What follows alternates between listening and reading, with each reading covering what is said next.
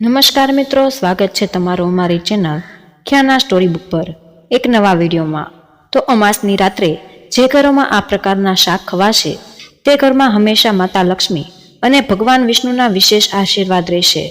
તો મિત્રો, પોષ માસની અમાસનું વ્રત કરવાથી સર્વ પ્રકારના પાપોમાંથી મુક્તિ મળે છે। જે કોઈ વ્યક્તિ આ વ્રત ધારણ કરે છે તેના પૂર્વજોને પણ મોક્ષ પ્રાપ્ત થાય છે અને તે વ્યક્તિ પર સર્વ પ્રકારના સુખોના ભોગ ભોગવીને અંતે મૃત્યુ બાદ મોક્ષને પ્રાપ્ત કરે છે। તો અમાસ ખૂબ જ મહત્વપૂર્ણ ગણાય છે। તો મિત્રો, તેમજ અમે તમને જણાવશું કે જો કોઈ પણ ભક્ત સાચા હૃદયથી અને સાચા મનથી અમાસના દિવસે આ એક ઉપાય કરશે તો એના ઘરમાં અપાર ધન આવશે તેમજ સુખ સમૃદ્ધિ આવશે। તો મિત્રો, આજનો ખાસ વિડીયો જો તમે આખો જોઈ લીધો તો તમારી સમસ્ત મનોકામના પૂર્ણ થઈ જશે। તો મિત્રો, વિડીયોમાં આગળ વધતા પહેલા જો તમે ઈચ્છતા હોય કે લક્ષ્મી માતાની કૃપા તમારી ઉપર સદા બની રહે તો વિડીયોને લાઈક કરી અને કમેન્ટ બોક્સમાં જય માં લક્ષ્મી જરૂરથી લખી દેજો। મિત્રો, સૌપ્રથમ આપણે અમાસની પૂજા વિધિ વિશે જાણીએ। અમાસના દિવસે જ્યારે આપણે વ્રત રાખો ત્યારે સવારે વહેલા ઉઠીને ઘરની સાફ સફાઈ કરી અને સ્નાન કરો। આ દિવસે ભગવાન ભોલેનાથનું પૂજન કરી અને સામગ્રીઓ અચૂકથી અર્પણ કરો। ભગવાનને સ્નાન કરાવી ભભૂત લગાવો, વસ્ત્રો અર્પિત કરો, પુષ્પ અર્પિત કરો અને ફળો અથવા મીઠાઈઓનો ભોગ બનાવ ભગવાનને આ દિવસે ચડાવવો જોઈએ। તો મિત્રો, પુસ્તકોનું દાન એવા લોકોને પણ કરો જે આ પુસ્તકો વાંચવા સમર્થ છે અને જેમના મનમાં આ પુસ્તકો પ્રત્યે શ્રદ્ધા છે। તમે મંદિરમાં શિવમાળાના પુસ્તકનું દાન પણ કરી શકો છો। તો મિત્રો, ધ્યાન રાખો કે ક્યારેય અયોગ્ય વ્યક્તિઓને ધાર્મિક પુસ્તકનું દાન ન કરવું જોઈએ। જો તમે એમ કરશો તો તેનો દોષ તમને જ લાગી શકે છે। સવારે ધૂપદીપ પ્રગટાવ્યા પછી ભગવાન ભોલેનાથને પૂજન કરો। આ દિવસે કરો, વ્રતની કથા વાંચો અથવા તો સાંભળો અને તમારું વ્રત શરૂ કરો। સવારે કેવળ ફળોનો ભોગ ભગવાનને ચડાવો અને તે ઉપરાંત તમે મેવાના ભોગ પણ ભગવાનને અર્પિત કરી શકો છો। તો દિવસભર ઉપવાસ કરીને સાંજે ફરીથી વિધિ શરૂ કરો અને વિધિ વિધાન મુજબ પૂજા કરો। ભગવાનને બંને સમયે ભોગ ચડાવો અને સાથે તુલસીપત્ર પણ જરૂરથી રાખો। આગામી દિવસે શુભ મુહૂર્તમાં વ્રતનું પારણું કરતા પહેલા પૂજન કરો અને દાન માટેની સામગ્રીનું પૂજન તમારી શ્રદ્ધા અને સામર્થ્ય અનુસાર મોસમી વસ્ત્રો, મોસમી ફળોનું દાન કરો અને વસ્તુઓનું દાન કરો। વ્રતના પારણા તુલસીપત્ર અને જળથી કરવાનું સૌથી શુભ માનવામાં આવે છે। જે લોકો વ્રત પારણા વખતે તુલસીપત્ર મુખમાં રાખે છે તેમના સર્વ પાપોના નાશ થઈ જાય છે અને તેમનું વ્રત ભગવાન ભોલેનાથ સ્વીકારી લે છે। તુલસીપત્ર ઉપરાંત ભગવાન ભોલેનાથ બેર અને આમળા પણ અર્પિત કરો। અમાસની તિથિના દિવસે ઘરમાં શુદ્ધ સાત્વિક ભોજન બનાવો। મિત્રો, અમાસના દિવસે માત્ર નિર્જળા અથવા તો જલીય પદાર્થ ઉપર જ ઉપવાસ રાખવો જોઈએ। અમાસના દિવસે સવારે જલ્દી જાગીને તીર્થના જળ કે ગંગાજળથી સ્નાન કરવું જોઈએ। આ દિવસે ઉગતા સૂર્યને જળ ચડાવ્યા પછી ભગવાન ભોલેનાથને પ્રણામ કરીને વ્રતનો સંકલ્પ લેવો જોઈએ। ધૂપ દીપ વગેરે 16 સામગ્રીથી ભગવાન ભોલેનાથની પૂજા અને રાત્રે દીપદાન કરવું જોઈએ। તેમજ મિત્રો, આજના દિવસે ભગવાનને ફળોનો ભોગ લગાવવો જોઈએ। તેની સાથે જ એક અખંડ દીવો પણ પ્રગટાવવો જોઈએ। પછી મિત્રો, ભગવાનના ચરણોની વિધિવત પૂજા કરવી જોઈએ। પછી મિત્રો, ચરણોનો સ્પર્શ કરીને તેમના આશીર્વાદ લેવા જોઈએ। તેમજ ભજન કીર્તન કરવા જોઈએ અને વ્રત કથા સાંભળવી જોઈએ। તો મિત્રો, એવું કહેવામાં આવે છે કે ભગવાનના ચરણોને સ્પર્શ કરીને જે કાંઈ પણ તમારી મનોકામના માંગીએ છીએ એ અવશ્ય પૂર્ણ થઈ જાય છે। તો મિત્રો, ભગવાનને પ્રસન્ન કરી શકાય છે।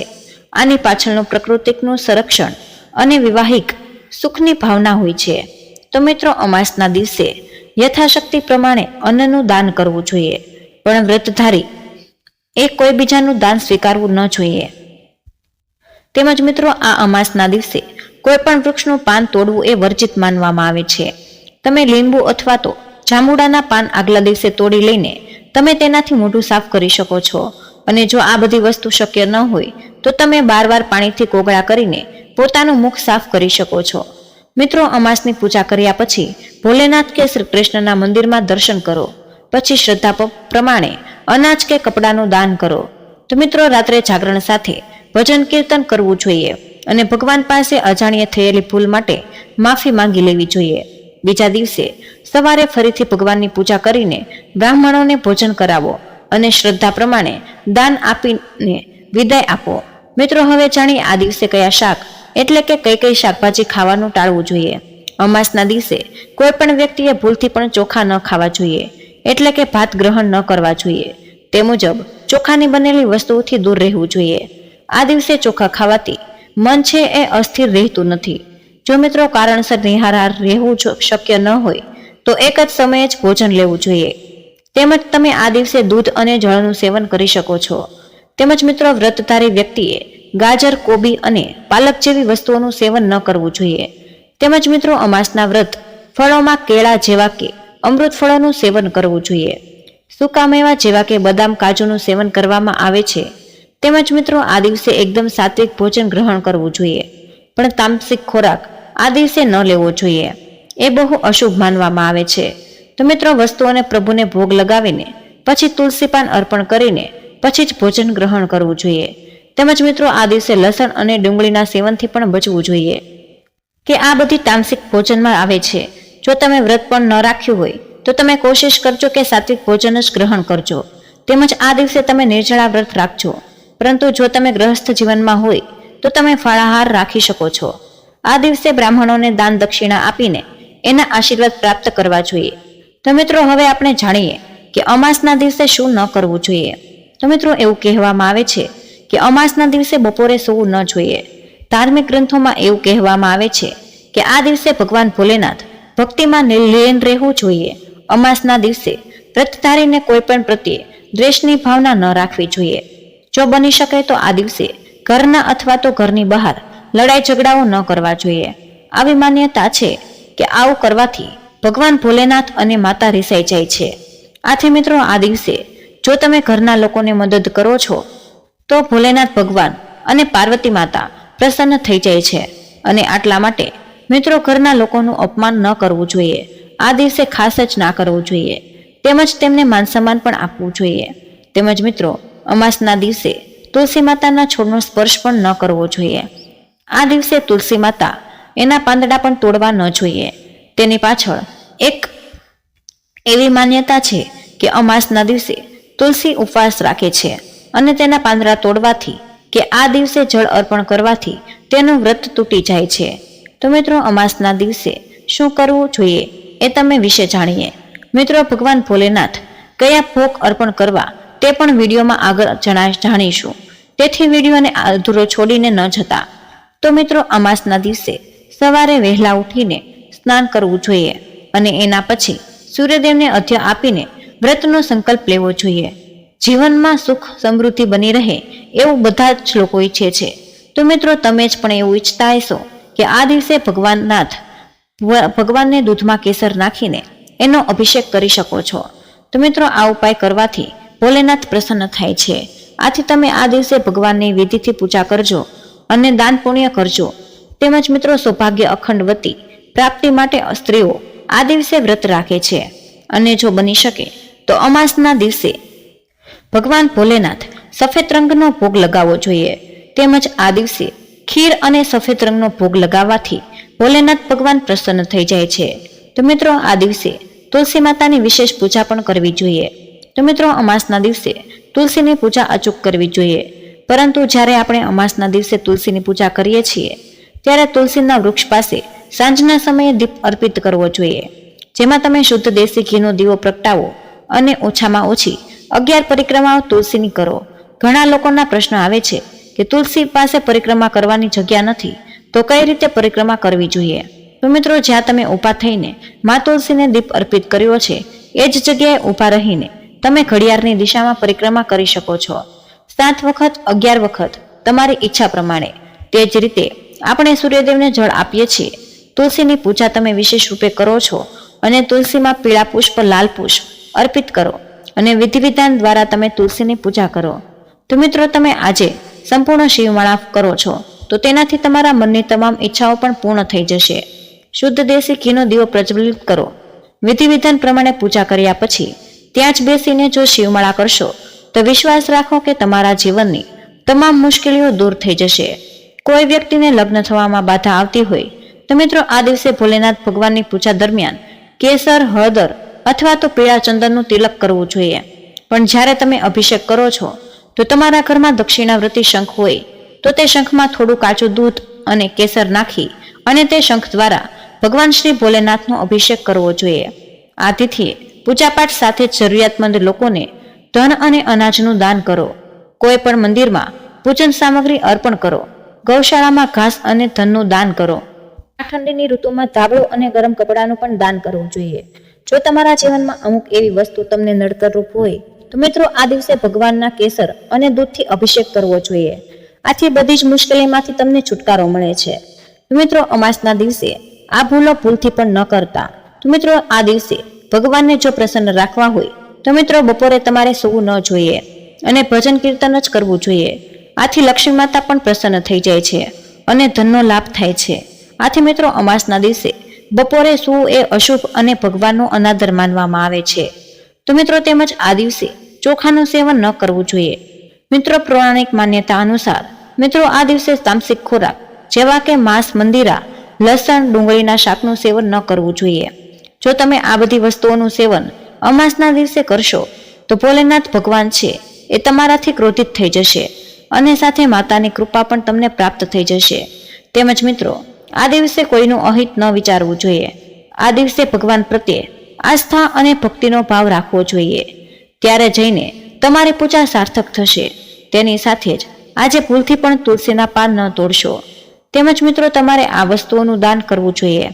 આ દિવસે મિત્રો વસ્ત્રો, ધન, ઘઉં, બાજરો, અડદ, શેરડી તેમજ મોસમી ફળ, કેસર, કેળું, હળદર અને મોરપીંછ અને શંખ વગેરે જેવી વસ્તુઓનું દાન કરવું જોઈએ. એ ખૂબ જ શુભ માનવામાં આવે છે. તેમજ મિત્રો દાન કરતી વખતે આ વાતનું ખાસ ધ્યાન રાખજો કે આ ત્રીજા માણસને ખબર ન પડવા દેવી જોઈએ. બની શકે તો આ દાન છુપાઈને જ રાખવું જોઈએ. તો મિત્રો અમાસના દિવસે આ વસ્તુઓ ભગવાન ભોલેનાથને ચડાવવી ખૂબ જ શુભ માનવામાં આવે છે. તો મિત્રો આ વસ્તુઓ અર્પિત કરવાથી ભગવાન વિષ્ણુ ખૂબ જ પ્રસન્ન થઈ જાય છે અને ભક્તોની દરેક મનોકામનાઓ પૂર્ણ કરે છે. તો મિત્રો પર ભગવાન વિષ્ણુને સાબુદાણાની ખીર પણ અર્પણ કરવી જોઈએ. સાબુદાણાની ખીર ચડાવવાથી જીવનમાં દરેક પ્રકારના સકારાત્મક ઉર્જા આવે છે. તો મિત્રો તે ઉપરાંત આ દિવસે કેળા સિવાય દાડમ, સફરજન અને શેરડી પણ અર્પણ કરવી જોઈએ. આ દિવસે શેરડી અર્પણ કરવાનું વિશેષ પણ મહત્વ છે.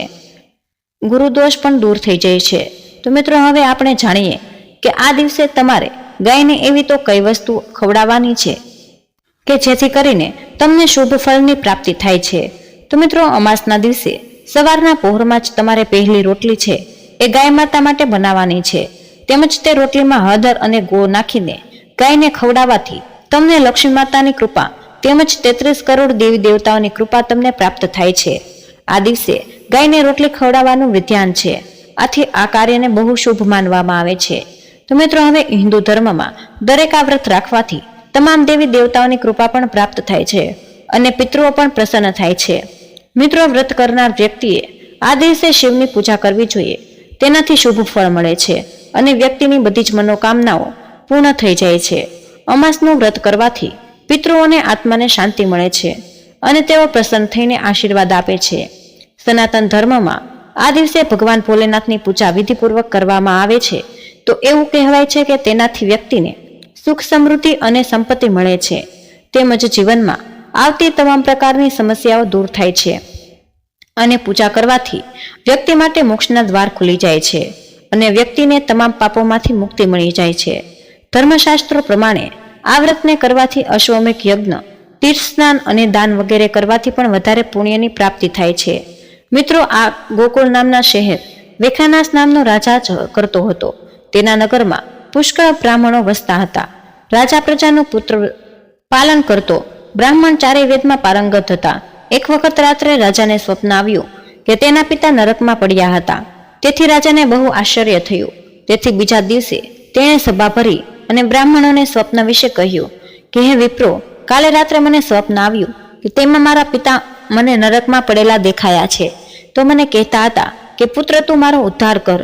ત્યાંથી મારા સુખને ચેન ચાલ્યા ગયા છે. હવે આપ જ મને આનો કોઈ યોગ્ય ઉપાય જણાવો. બ્રાહ્મણોએ તેને કહ્યું કે હે રાજન, અહીં નજીક જ ના જંગલમાં જ પર્વત મુનિનો આશ્રમ છે. તે મુનિ ત્રિકાળ જ્ઞાની છે અને તેમની પાસે જાઓ અને તમારા સ્વપ્ન વિશેની વાત કરો. તે અવશ્ય તેનો ઉપાય બતાવશે. આથી પિતાની અવગતિ જોઈ ખિત્ર થયેલા મનવાળા રાજા પ્રજાની સાથે પર્વત મુનિના આશ્રમે ગયા. તે આશ્રમ ઘણો મોટો હતો. તેમાં અનેક ઋષિમુનિ રહેતા હતા. રાજા ત્યાં પહોંચ્યા. તેણે પર્વત મુનિને જોયા અને તેમના તેજની આભા જોઈને તેમના પગમાં પડી ગયો અને સઘળી વાત કરી. રાજાની વાત સાંભળી પર્વત મુનિએ ખૂબ વિચાર કરીને રાજાને અમાસનું વ્રત કરવાનું કહ્યું. રાજાને તેની વિધિ કહી અને મુનિની વાતથી ખૂબ શાંતિ અનુભવતો રાજા પ્રધાનો તથા પ્રજા સાથે પોતાના રાજ્યમાં પાછો આવ્યો. જ્યારે ઉત્તમ પોષ મહિનો આવ્યો ત્યારે રાજા વેખનાર મુનિના કહેવા પ્રમાણે અમાસનું વ્રત કરીને એનું પુણ્ય બધા પિતૃઓ સહિત પિતાને અર્પણ કર્યું. તો મિત્રો, આ પ્રમાણે કલ્યાણમયી અમાસનું વ્રત જે કરે છે એના પાપો નષ્ટ થઈ જાય છે અને મૃત્યુ પછી જે મોક્ષ પ્રાપ્ત કરી લે છે. આ મોક્ષ પ્રદાન કરનારી અમાસને મનુષ્ય માટે ચિંતામણી સમાન બધી જ કામનાઓ પૂર્ણ કરનારી છે. આ મહત્યમ વાંચવાથી અને સાંભળવાથી વાજપેયીનું ફળ મળે છે. તો મિત્રો, આ રીતે આ વ્રતનું મહત્વ છે. તેમજ મિત્રો, જો તમે આ દિવસે દાન પુણ્ય તેમજ ભગવાનની વિધિવત પૂજા કરશો તેમજ ગાયને રોટલી અને તુલસી માતાની વિશેષ પૂજા કરશો તો તમને અવશ્ય ઉત્તમ ફળની પ્રાપ્તિ થશે. તો મિત્રો, તમને અમારી માહિતી કેવી લાગી તો કમેન્ટમાં જરૂર જણાવજો અને પસંદ આવી હોય તો વિડીયોને લાઇક અને મિત્રો સાથે શેર કરજો. ચેનલ પર નવા હોય તો સબસ્ક્રાઇબ કરવાનું ભૂલતા નહીં. મળે એક નવા વિડીયોમાં. ત્યાર સુધી બધાને જય માતા લક્ષ્મી, જય શ્રી કૃષ્ણ, ધન્યવાદ. હર હર મહાદેવ. વિડીયોને અંત સુધી જોવા બદલ આભાર.